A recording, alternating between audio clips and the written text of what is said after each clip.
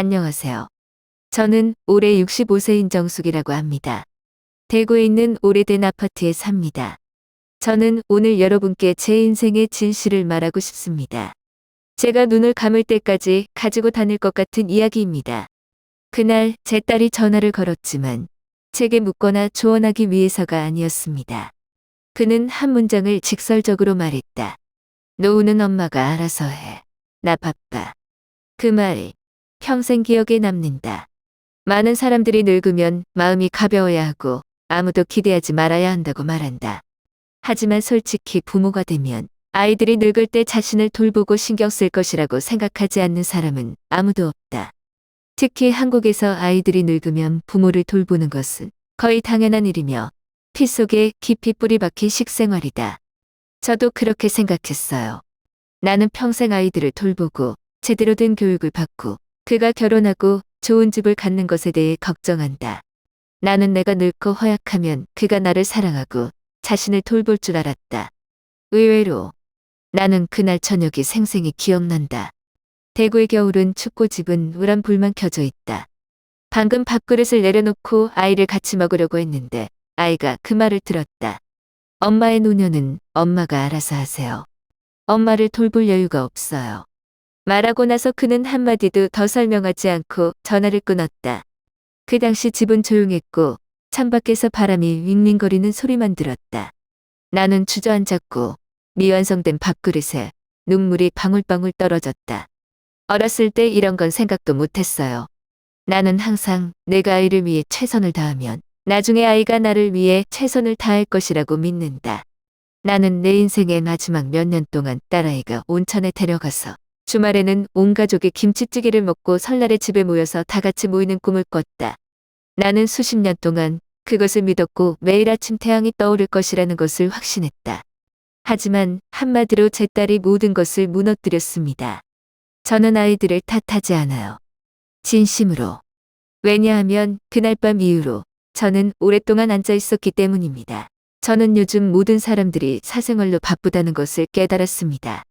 제 딸도 작은 가족이 있고 남편과 아이들, 밥, 돈 때문에 고생하고 있어요.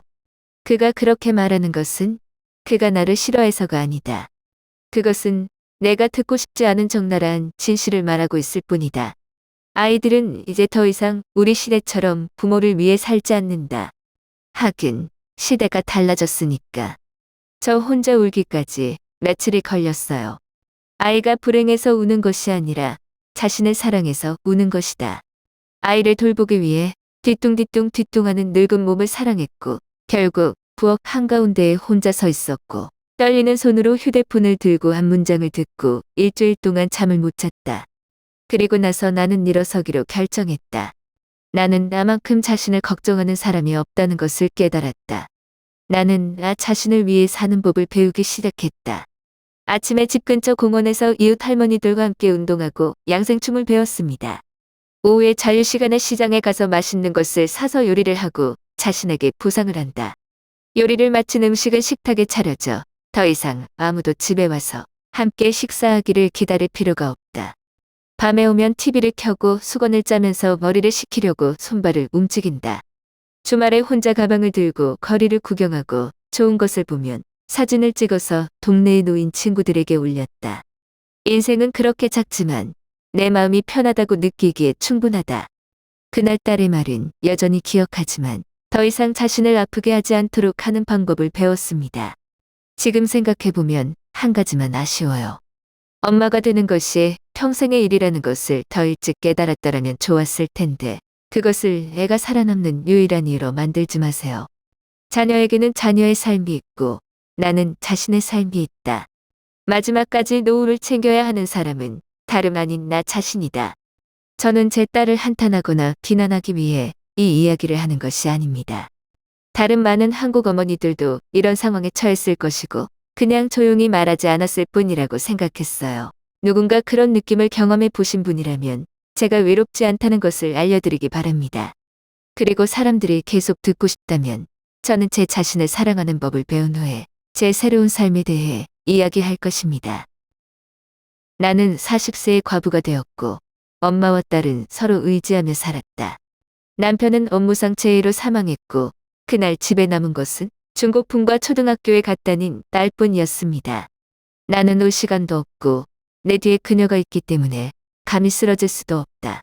아침에 도매시장에서 찬물을 보기 위해 출근하고 오후에 사우나를 청소하고 저녁에 집에서 수건을 접는 일을 더 받았다. 돈이 얼마나 있는지 나는 아이들이 영어를 더 배우도록 모든 것을 쏟아붓고 아이들이 좋아하기 때문에 춤 레슨을 위해 돈을 지불한 다음 이를 악물고 친구들에게 뒤지지 않도록 첫 번째 휴대폰을 사주었다. 아이가 서울대에 합격했을 때 나는 너무 기뻐서 울었다. 통장을 다 털어서 나는 아이들의 기숙사 비용을 지불했다. 내 머릿속에는 평생 고생한다. 아이들이 공부를 잘하면 나중에 안정적인 직업을 가질 수 있다면 나보다 더 나은 삶을 살면 충분하다. 나는 아주 소박한 꿈을 꾼 적이 있다. 아이들이 학교를 졸업하고 직장에 가면 일을 줄이고 아이들과 함께 살 준비를 하고 아침에 엄마와 딸은 커피를 마시고 저녁에는 함께 밥을 짓고 TV에서 오래된 영화 몇 편을 볼 것이다.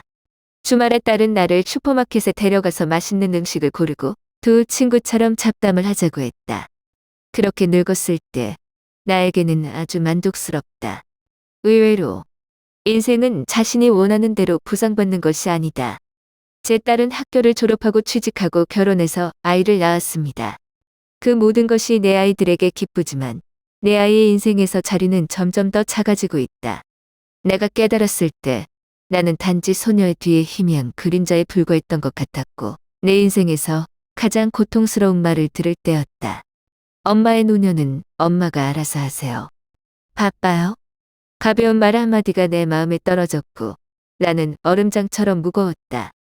외부인들은 내 딸이 무심하다고 생각할 수 있다. 하지만 저는 그녀가 악의적이지 않다는 것을 이해합니다. 그 아이는 지금 살고 있는 아이들이 바쁘고 스트레스 받고 작은 가족을 돌며 월급을 앞뒤로 부족하게 사는 방식으로 살 뿐이다. 그는 나처럼 늙은 어머니에게 더 이상 걱정할 여력이 없다. 눈물겨운 밥으로 아이를 키우던 나만이 아직 그 사실을 받아들일 수 없다. 지금까지 그 말을 떠올릴 때마다 누군가가 꽉 쥐어짜는 것처럼 가슴이 여전히 아프다. 자식을 사랑하는 것도 좋지만 나를 사랑하는 것도 나쁘지 않다. 내가 아파서 병원에 입원했던 날 의사는 숙소가 필요하다고 말했고 나는 떨면서 딸에게 전화번호를 눌렀다. 다른 쪽 끝에는 일정한 목소리가 있다. 엄마, 그냥 서비스 불러요. 바빠요? 남편도 챙겨야 해요. 저는 몇 초 동안 침묵을 지키다가 웃으며 말했습니다. 그래, 알았어. 저는 이쪽에 있는 전선들이 끊겨서 그냥 앉아 있었고 차가운 하얀 천장과 목이 메어 있었습니다. 그날 밤 나는 병원 베개에 젖어 울었고 아파서 운 것이 아니라 갑자기 가나와 내 아들이라는 것을 깨달았고 단지 두 사람이 한 지붕에 살았던 적이 있었을 뿐이었다. 사랑했고 희생했고 서로를 전부라고 여겼지만 결국 두 사람의 거리는 그렇게 멀었다. 태어났을 때 나는 아이에게 한마디 말도 하지 않고 조용히 몇 벌을 가방에 넣고 차를 타고 고향으로 갔다. 시골의 사급집은 오랫동안 버려져 있었고 나무 문은 쳐져 있었고 바람이 한번 불면 울고 있는 것처럼 삐걱거렸다. 나는 우리 할아버지의 제단 앞에 서서 먼지가 너무 두꺼워서 영정 전체가 흐릿하게 보였다. 나는 엎드려 향을 피우고 손을 떨며 오래된 사진의 먼지를 털어냈다. 집 한가운데에 앉아 조용하고 나는 비로소 스며들었고 알고 보니 노년은 단지 늙고 약해지는 것이 아니라 마음이 따갑도록 공허하고 차가운 느낌과 함께 사는 것이기도 했다. 웃음도 목소리도 아무도 내가 돌아오기를 기다리지 않고 아무도 나에게 밥을 먹으라고 말하지 않았다. 이 외로움은 남편이 죽거나 딸이 멀리 학교에 갔을 때의 외로움과는 거리가 멀다. 이것은 거의 평생을 걸어온 사람의 외로운 물건이며 뒤돌아보면 아무도 내 뒤에 서 있지 않다. 알고 보니 가장 아픈 것은 여자가 가혹한 말을 하는 것이 아니었다. 가장 고통스러운 것은 오래전부터 나는 더 이상 그의 삶의 일부가 아니라는 것을 깨닫는 것이다. 나는 내 아이를 옛날 방식으로 사랑하고 내 아이는 지금 방식으로 살아간다. 두 모녀, 두 세계는 아주 가까운 줄 알았는데 아주 멀리 떨어져 있었다. 딱 1년 넘게 걸려서 딱 부분적으로만 밥을 짓는 장면에 익숙해졌다. 예전처럼 엄마와 아이가 아니고 누가 돌아오기를 기다리는 젓가락을 더 늘어놓을 필요도 없고 나만 차가운 밥그릇을 가지고 있다. 먹고 나서 다시 치우고 바로 씻는 것도 슬프지 않다. 왜냐하면 아무도 집에 들르지 않고 아무것도 두렵지 않기 때문이다. 그리고 나서 나는 하루 종일 전화가 침묵하는 느낌에 익숙해지는데 몇 달이 더 걸렸고 문자도 없었고 아무도 전화를 걸어 엄마 뭐 하는 거야? 또는 밥 먹었어? 라고 묻지 않았다. 처음에는 너무 슬펐어요. 전화벨 소리를 들을 때마다 깜짝 놀라 엄마가 전화한 것을 기억합니다. 쓰레기 뉴스와 함께 광고 뉴스를 열었을 때 비로소 이제 더 이상 누구의 우선순위 리스트에도 들지 않는다는 것을 깨달았습니다. 생각해보면 그건 사실입니다. 다른 일도 바쁘고 남편과 아이들도 바쁘고 100가지 일에 바쁘다. 옛 친구들은 아픈 아이, 이사한 아이, 내가 저장한 번호가 뭔지 기억도 못한다. 나는 갑자기 앉아서 다른 사람들이 사랑하기를 기다리고 사람들이 기억하기를 기다리며 살면 곧 슬픔으로 죽을 것이라고 생각했다. 그래서 오늘 쌀쌀한 아침 나는 스스로 문을 열고 골목의 맨 끝으로 가서 나이 든 친구들을 찾았다. 할머니는 정문 앞에 3명씩 모여 앉아 감을 깎으며 1세대 가수 수다를 떨었다. 나는 앉아서 몇 마디 이야기를 나눴지만 그것이 익숙해졌다. 그리고 나서 나는 스스로 할 일을 찾았다. 똥센터에서 수채화 그리기 수업을 신청합니다. 처음에는 붓을 잡고 떨다가 번져서 재미있었어요. 주말에 나는 스스로 자전거를 타고 강가에 가서 미리 커피 한 잔을 타서 차 바구니에 넣었다.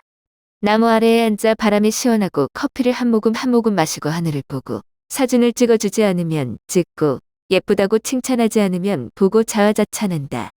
그렇게 살면 익숙해져요. 뭔가 후련해요. 더 이상 아무도 기억하기를 바라지 않고 더 이상 아무도 사랑하기를 기다리지 않는다. 아침에 눈을 떴을 때 자전거를 타고 놀러 갈 수 있는 힘이 있고 스스로 맛있는 커피를 만들 수 있는 기쁨이 있다는 것을 느꼈기 때문에 충분했다. 알고 보니 나이가 들면서 자신을 조금 사랑할 줄 알면 나쁘지 않을 것이다. 이제야 정말 깨달았어요. 가장 두려운 노년은 외로운 것이 아니라 아무도 옆에 있지 않는 것이 아니라는 것을. 그냥 앉아서 누군가 자신을 사랑해 주기를 기다리고 누군가 자신을 기억하기를 기다리며 질문이나 메시지 또는 문이 열리면 아이가 돌아올 때까지 기다린다. 그런 기다림이 저를 조금씩 갉아먹어요. 하루만 기다리면 너무 슬퍼요. 한 달만 기다리면 허전해져요. 몇 년 동안 기다려서 나는 믿음과 삶의 의미를 잃었다. 나는 그렇게 살았었다. 딸이 결혼한 후 저는 제가 그녀의 인생에서 여전히 어떤 역할을 하고 있다고 생각했습니다. 나는 엄마와 아이가 아무리 바빠도 잠깐 들러야 한다고 생각했다.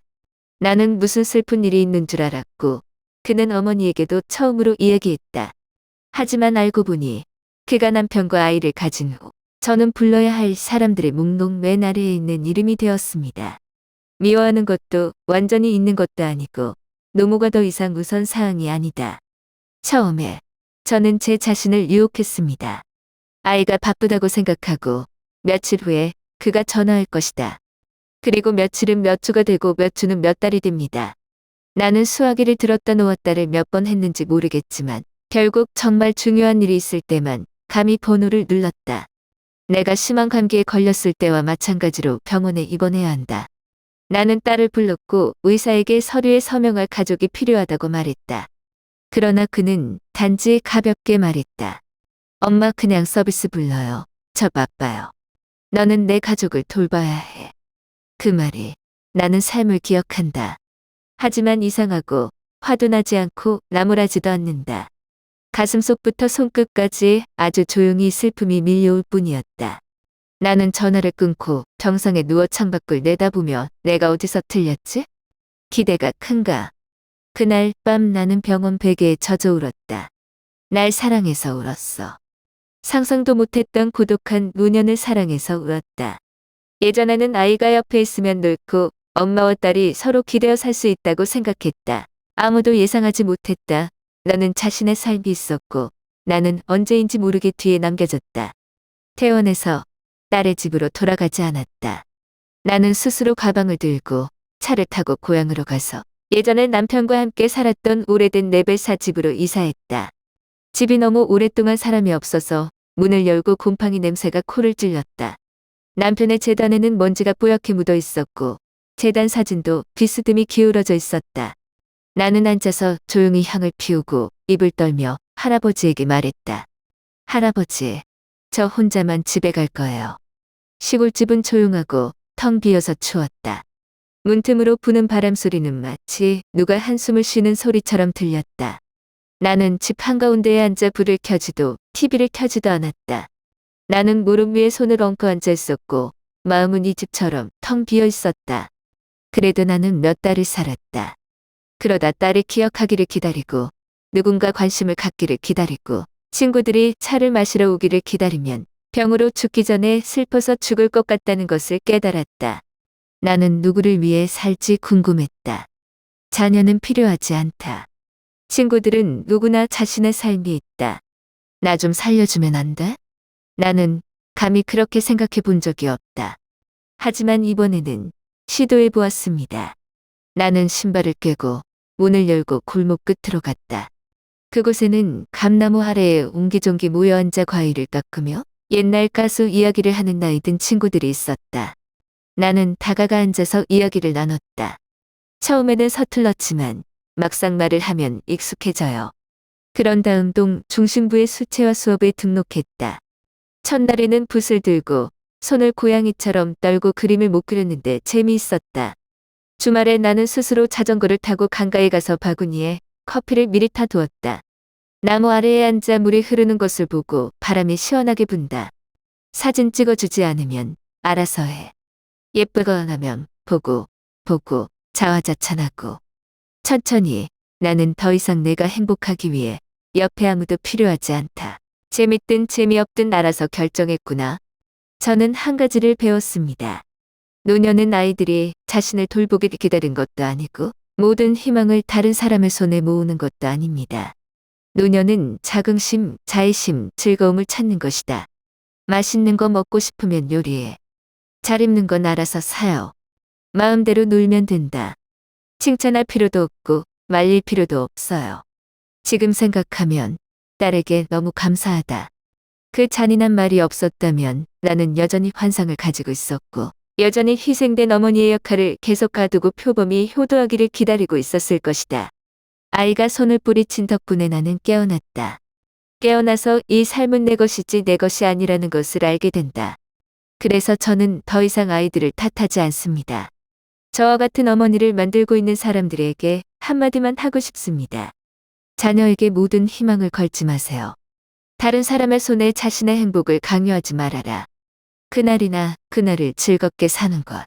마지막까지 노후를 챙겨야 할 사람은 나 자신일 수밖에 없다. 여러분은요? 저와 같은 사람이 아이가 전부라고 생각하지 않는 사람이 있나요? 단지 아이가 좋은 미래를 갖기를 바라기 위해 힘, 돈, 전bum을 쏟아부은 적이 있어요. 그리고 나서 나이가 들면서 아이들이 내 인생이 아니라는 것을 깨닫고 깜짝 놀랐다. 나는 확실히 믿는다. 나뿐만이 아니다. 때때로 그들은 미소 뒤에 눈물을 감추고 괜찮아. 바빠라고 스스로에게 말하고 조용히 혼자 앉아 식사를 한 적이 있다. 때때로 당신은 내가 엄마. 나 돌아갈 수 없어라고 말할 때 행복하려고 노력했지만 전화를 끊자마자 공허함이 사라졌다. 이런 거 있잖아요? 많은 분들이 겪으시잖아요. 감히 말할 수 있는 사람이 거의 없을 뿐이다. 그러니까 여러분도 때문에 슬프고 실망스러웠다면, 씁쓸한 적이 있다면 저에게 말하는 것을 두려워하지 마세요. 여러분과 같은 저 같은 사람들이 우리가 이상하거나 혼자가 아니라는 것을 이해할 수 있도록 말했죠. 우리 함께 마음의 무거운 짐을 덜어내고 가볍게 앞으로 나아가는 거죠. 다음 비디오에서는 남편과 아이들을 위해 65년 동안 돌아다닌 첫 번째 먼 여행에 대해 말씀드리겠습니다. 처음으로 통장을 들고 혼자 여행할 때 깨달았습니다. 나이가 들면서 외로운 것만이 아니라는 것이 밝혀졌습니다. 노년은 마음을 열고 내 그림자에서 벗어나려고 한다면 여전히 많은 기쁨이 있다. 그 여행은 내가 노년을 바라보는 시각을 완전히 바꾸어 놓았다. 본방사수